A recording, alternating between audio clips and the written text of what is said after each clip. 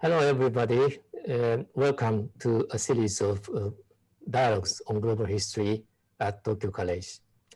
Today, we will discuss the method and the methodology of global history with Professor Alessandro Stanziani, who is Director d'Études, which is equivalent with professor at the École des études en sciences sociales. I don't know exactly the English translated word, but maybe it's an Advanced Studies Institute for Social Sciences in Paris. And many of you know him very well because he quite often he has already visited Japan, and he even has an article included in this very book, edited by me and published a couple of years ago.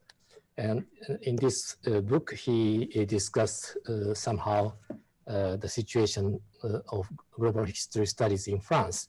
In addition, he has two very important books, one in English and one in French, on global history.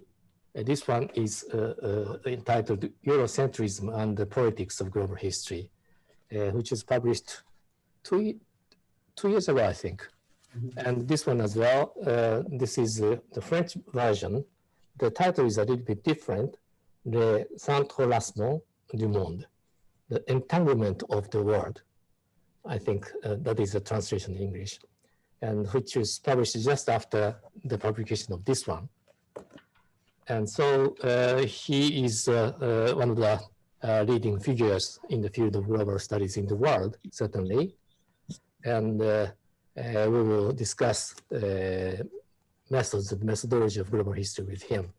And today we have, I am with TERADA Yuki, research project researcher at Tokyo College. She is studying on the history of museum in Iran and writing her doctoral thesis now. And she will ask some questions to Professor Stanziani, and we will discuss later on all these questions Yuki asks to him. So it's your turn, Yuki. Thank you for your introduction, and nice to seeing you again, Professor Stanziani. I have a few questions, but first, can we start on talking about your article actually in the Japanese book? And you are talking about the trend of global history in France. So could you briefly talk about the trend of global history in France, and as well as your own definition of global history for those who are not familiar with the topic? Well, first, thank both of you for inviting me. It's always very glad to me to discuss with Japanese scholars, even if I prefer to do it in person in Japan, but these are the times. So concerning global history in France, I was already critical 2 or 3 years ago when I wrote this book. And I think that today I'm even more pessimistic because global history in France is under a strong attack nowadays. Many commentators and some historians strongly attack global history because it's considered to be against national value. You must know that in France, we have a lot of national history, relatively weak colonial history and history of slavery, and within this context, global history and the study of non-European world is extremely smooth and extremely weak. Nowadays in school, we tried, for example, to add a few pages, I mean for high school, a few pages on the other world. And nowadays our political leaders say that it is too much. In particular, we have 2 pages on China out of 1,000 pages during the year. And this is too much. So the idea is that what would they say today is that we need to go back to the history of France for the integration and the assimilation of immigrants and all the Islamic people here. So there is a strong tendency today against global history and for national history. Global history in France, some friends at the École, in my place, pretend that the Annales and Brodel and Chonu and many others already practices global history. I'm not sure this is true. There is an equivocal argument on this. The Annales School, very well known, spoke of histoire globale as histoire totale. It was another meaning of global history as a total history, including all the concerned social, cultural, religious aspects. This is another meaning of the global that they gave, but this is not global history as we understand today. Brodel had some intuitions which are useful today. On one hand, he included, for example, the Mediterranean in the definition of Europe.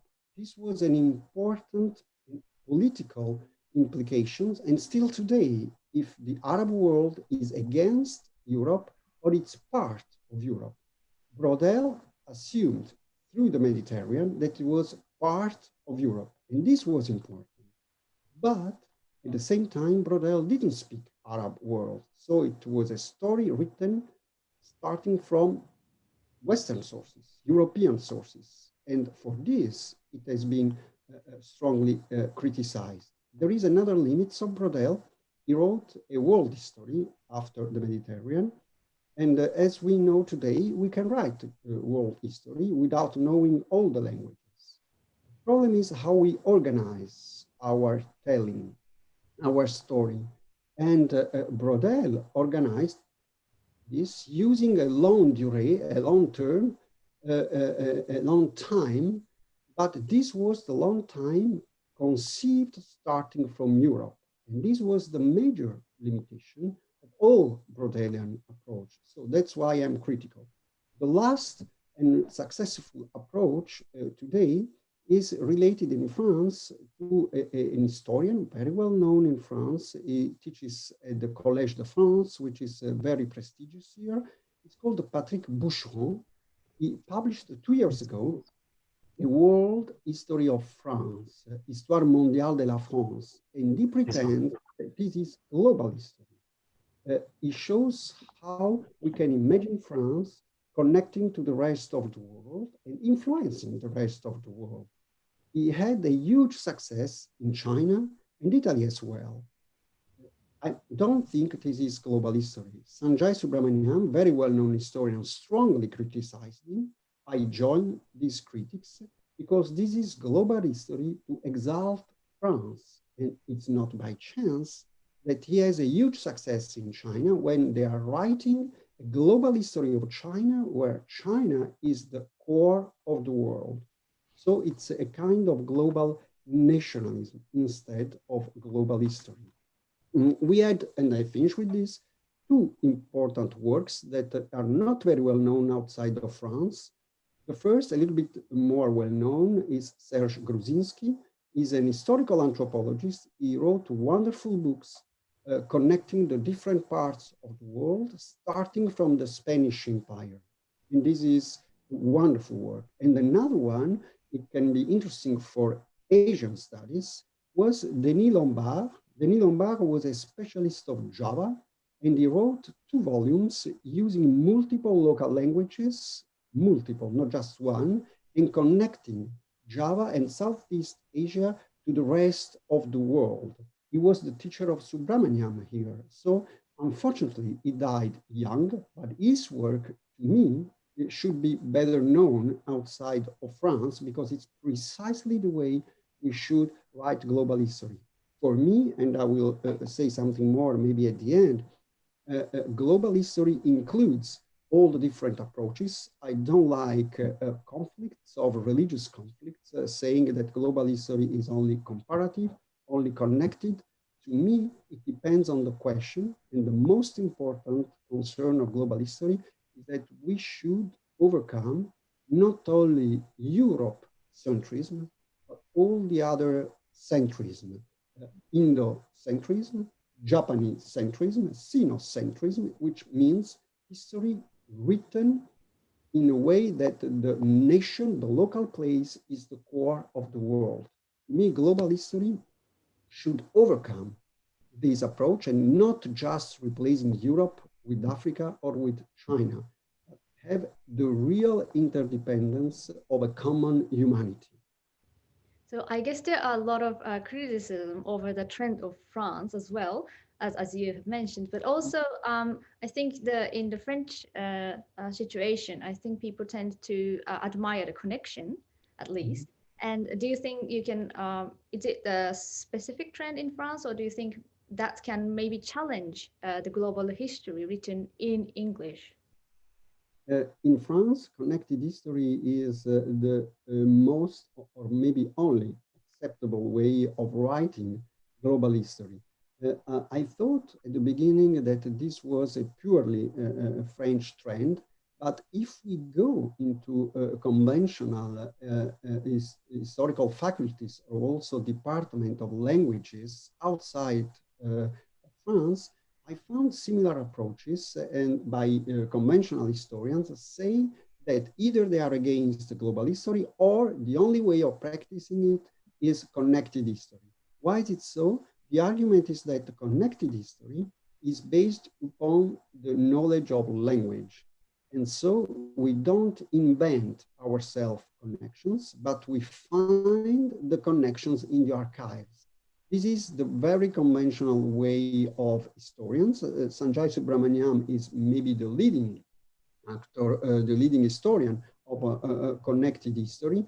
And the reason is that historians oppose connected history to other approaches in which social sciences play a role. In particular, connected history criticizes comparative history because they argue that when we compare, we invent a comparison between ideal types that do not exist in history.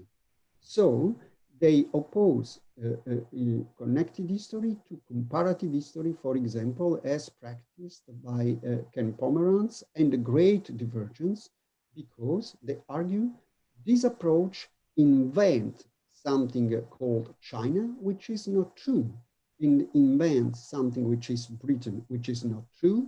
And instead, we must find the connections, for example, in the archives between China and Europe.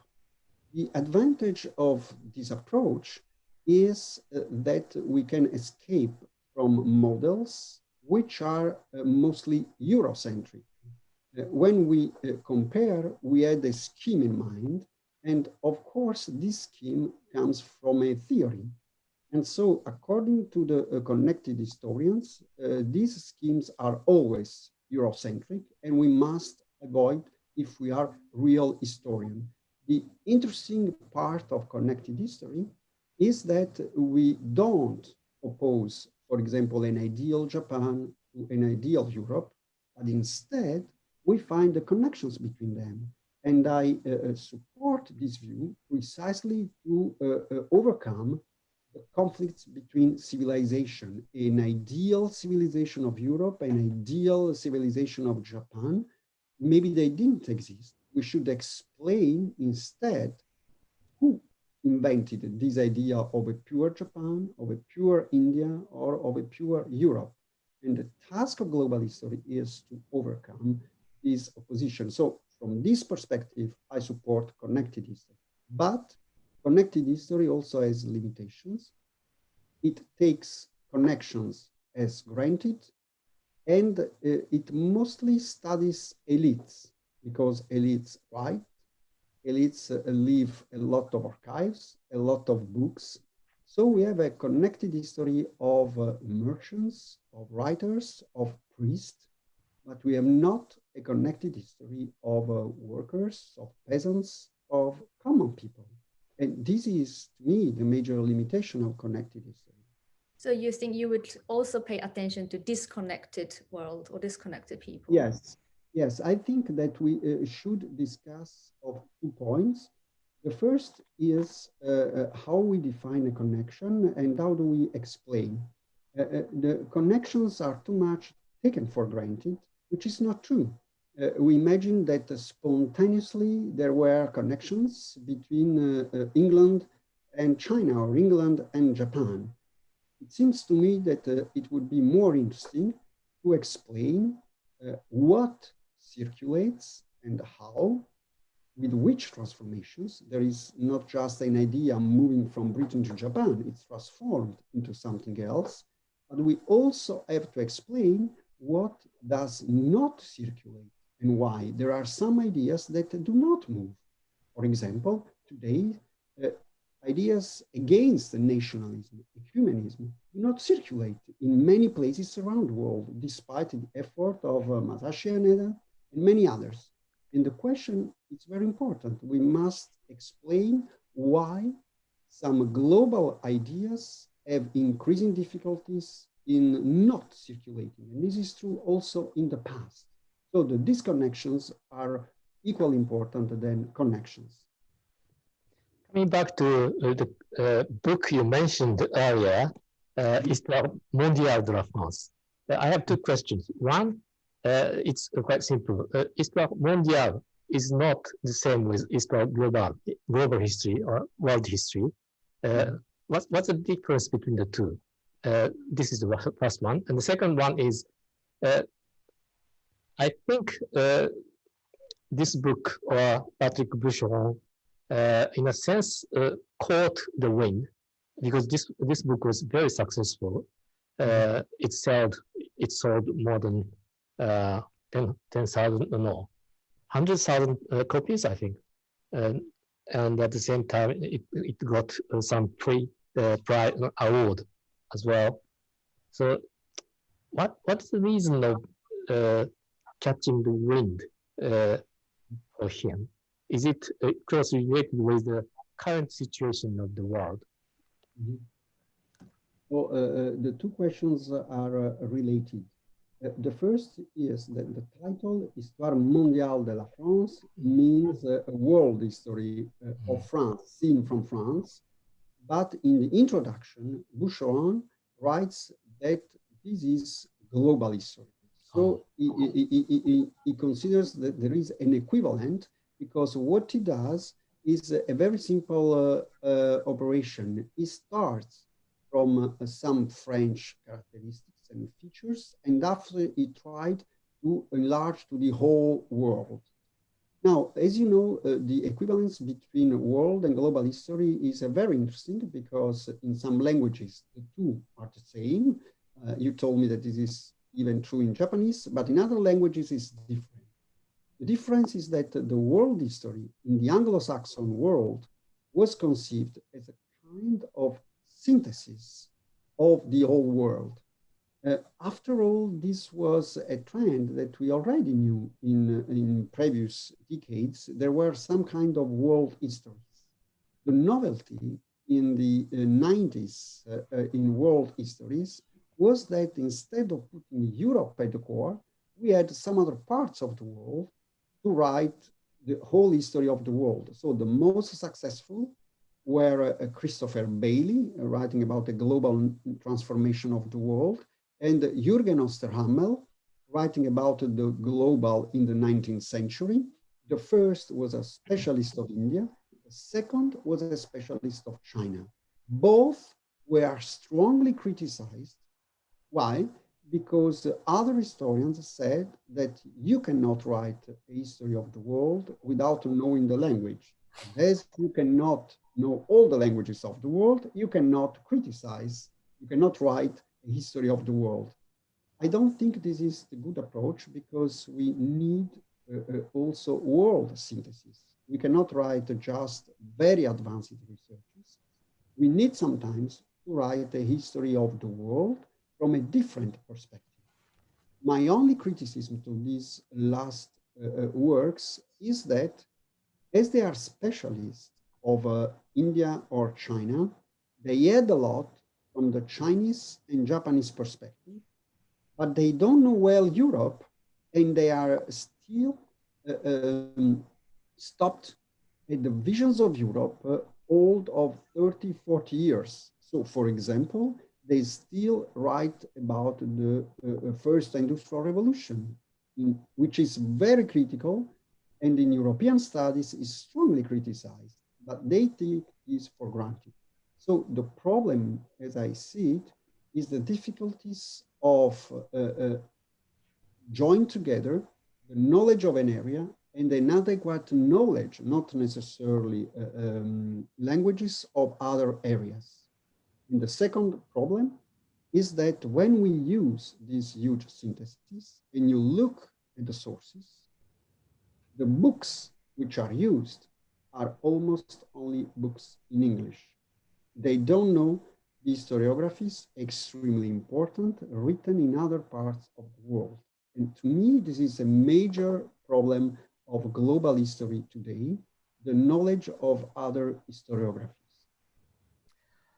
Thank you, Alessandro. The time is now running up, and I know that Yuki prepares more questions to you, but we expect another round of dialogues on global history in the near future. And I'm sure that you will come here once again at the University of Tokyo, and we are very happy to welcome you at that moment. Thank you very much. So thank you to you. Have a nice day.